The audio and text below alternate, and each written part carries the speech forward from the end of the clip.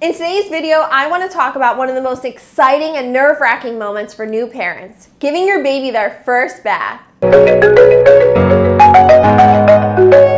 Before we get started, don't forget to like, subscribe, and turn notifications on so you don't miss out on any future videos. Thanks so much for your support.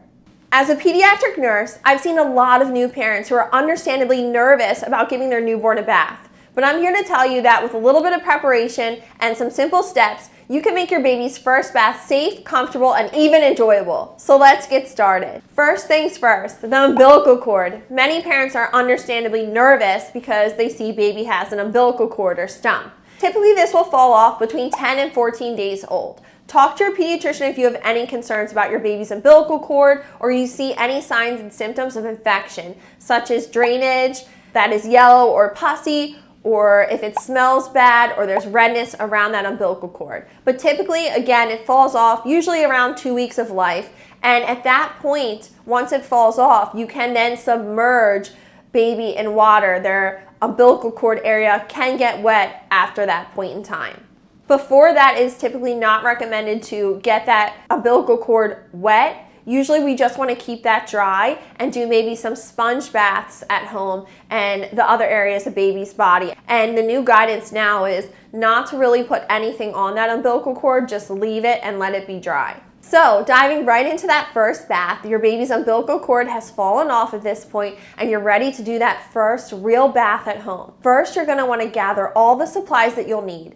And before you begin, you want to make sure you have everything on hand and that it's easily accessible once you start the bath. I like to lay everything out ahead of time, such as the bathtub, or basin that you're using to wash baby in, a mild baby soap. My favorite is CeraVe Baby Wash, and I also really like CeraVe Baby Cream. I'll link both of these down below for you, and I say cream, not lotion, because lotions tend to be drying for baby's skin, and I really like these products because they're very mild and they don't have any fragrance to them. And so that can be a bit of a downside because they don't smell great. They don't smell bad either. They just don't smell. So I like to use them for babies' baths so their skin does not get irritated. This is really great for any babies that have eczema or anything else. And then I will take a little bit of a good smelling lotion that I really like and sort of rub that on the top of baby's head. But I use the cream everywhere else. So that's just a little tip for you.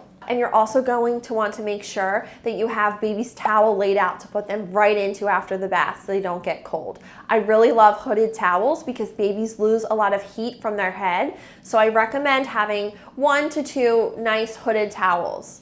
And then you're going to also want soft washcloths. I like to use about 3 to 4 washcloths per bath, and I'll explain a little bit later why I use that many during a bath. And finally, you're also going to want to make sure the room is warm and draft-free before beginning the bath. The next step is to fill the basin or baby bathtub with warm water. The water should be at a temperature of around 100 to 101 degrees. Test the temperature first, and you can do this with your wrist or your elbow to make sure it's not too cold, but this is not my preferred method of testing the water because it's not exact. My favorite is actually this little duck thermometer that I have, and it actually does an instant read of the bath water, so there's never any question. It will tell you exactly what temperature the bath water is, and it will beep if the bath water gets too hot, so that way you know that it's way too hot and you should not place baby in the water. It also will keep reading the water throughout the bath, so that way you know if the bath water is getting too cold. Baby typically starts to get irritated if bath water goes below 99 degrees and they get cold. The third step is you're going to want to undress your baby and you're going to want to wrap them in a towel until you place them into the bathtub. We don't want baby to start to feel cold before they go into the bath, so we want this to be a little bit of a quicker process so baby's not irritated going into it. Along with that is you're going to want to make sure baby's not hungry before they get a bath. I like to recommend feeding baby a little bit before the bath. That way all their needs are met and they can really just enjoy the experience. We want to set them up for success. We want to help make sure they're warm and fed so they feel secure when experiencing their first bath. I also, just a little tip, I like to play classical music for my own children as I'm doing the bath This seems to be really calming, just some piano playing or Pachelbel, Canon in D in the background on our home device to play music. It just seems to create more of a relaxing environment. I also like to dim the lights a little bit, so I like to set the tone, set the mood, and try and create as much of a relaxing environment as I can. So I highly recommend that as well. When you place your baby into the water, you're gonna wanna make sure you're supporting their head and their neck. And I really like bathtubs that have a newborn or infant side to them that offers a little bit more support. Sometimes they have a newborn sling. I really like bathtubs like that. My favorite is linked down in the description box below for you, and I feel like that's a great bathtub because it has both of those features and it's really inexpensive, so I can't recommend that one enough. That and all the other products I recommend, again, is linked in the description box below for you. So you're going to want to hold that head and neck with the one hand, and then you use your other hand to wash their body. And another great tip I have for you is to take a washcloth and warm it and drape it over baby's belly and chest. You also can do this with a swaddle blanket if you want to have that in the warm water already. You can then drape that over baby as they get into the bath water. This kind of keeps them from getting too cold because you're not filling the bath water super high. You really only want to fill the bath water probably up to their belly button or just below their nipples and rib cage. You don't want them to get cold. You want them to enjoy this experience. So really great if you just drape a washcloth over their chest and belly, or even use that swaddle blanket again to keep them warm in the bathtub. You're not gonna actually swaddle them, but sort of just loosely drape it, and you're supporting that head and neck with one hand so they don't slip down into the water, and you're using your other hand to wash them off and use other washcloths to sort of wipe each area of the body. So jumping into the next step, you're now using that mild baby soap to wash your baby's body,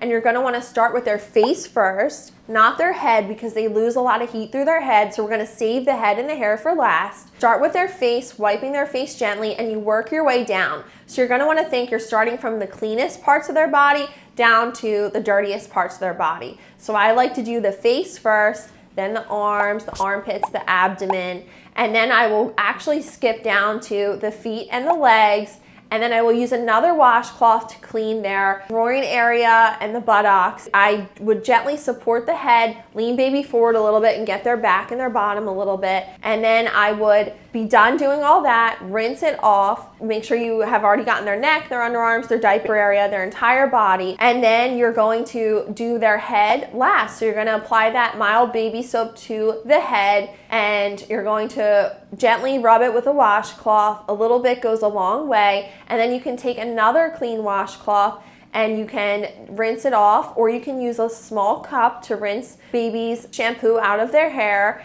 And when you do this, you're supporting that head and neck the entire time, and you can lean baby's head back a little bit as you do this so that the water doesn't run down their face or get in their eyes or ears.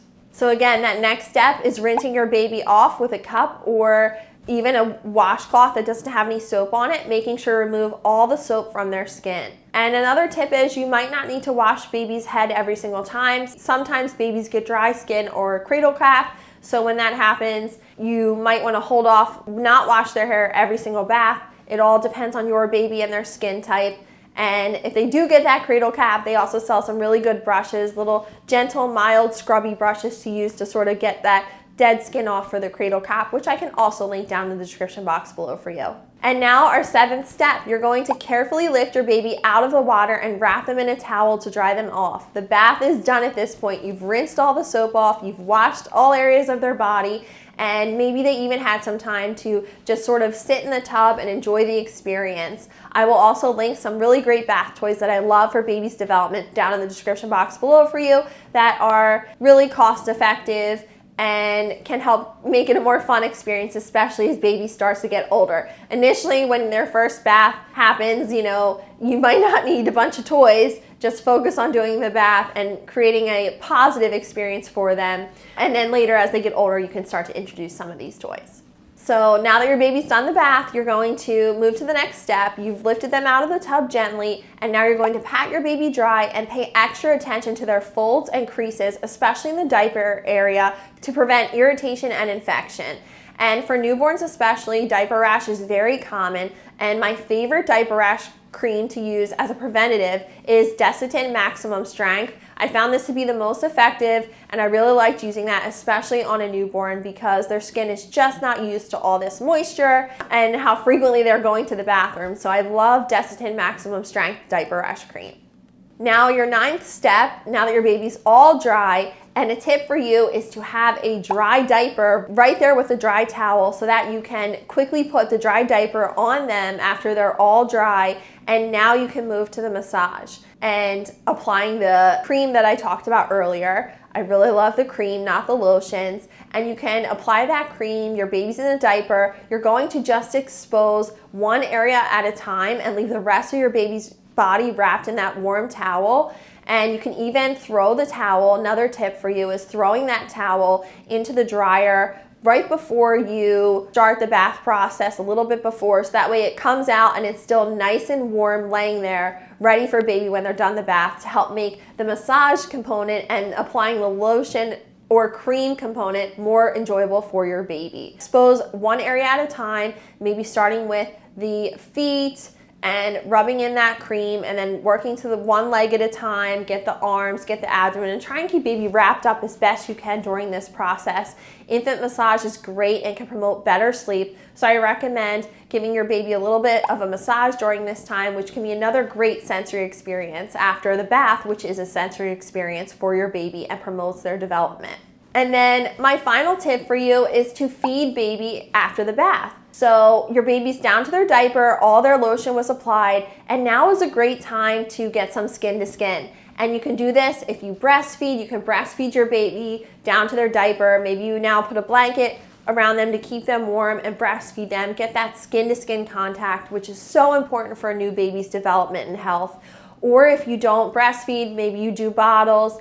Now's a great time to also have them skin to skin and give them that bottle. This is a great thing for bonding and promoting their development and their health. So I encourage skin to skin after a bath. I think that's a great time to build that skin to skin into your day and make it part of your routine. And that's it. Giving your baby their first bath can definitely be an intimidating experience, but with these simple steps, you can make it a safe and enjoyable one. Just remember to take your time, use gentle motions, and always keep a hand on your baby to make sure they're safe and secure. Never walk away from baby or leave baby in the tub. And just always support that head and neck and keep a hand on them throughout the process. I hope this video was helpful, and I wish you the best of luck on this exciting, monumental moment of giving your baby their first bath. Make sure to comment any questions you have down below for me, and subscribe to the channel so you don't miss out on any future videos like this one. Thanks so much for watching. I'll see you in the next video.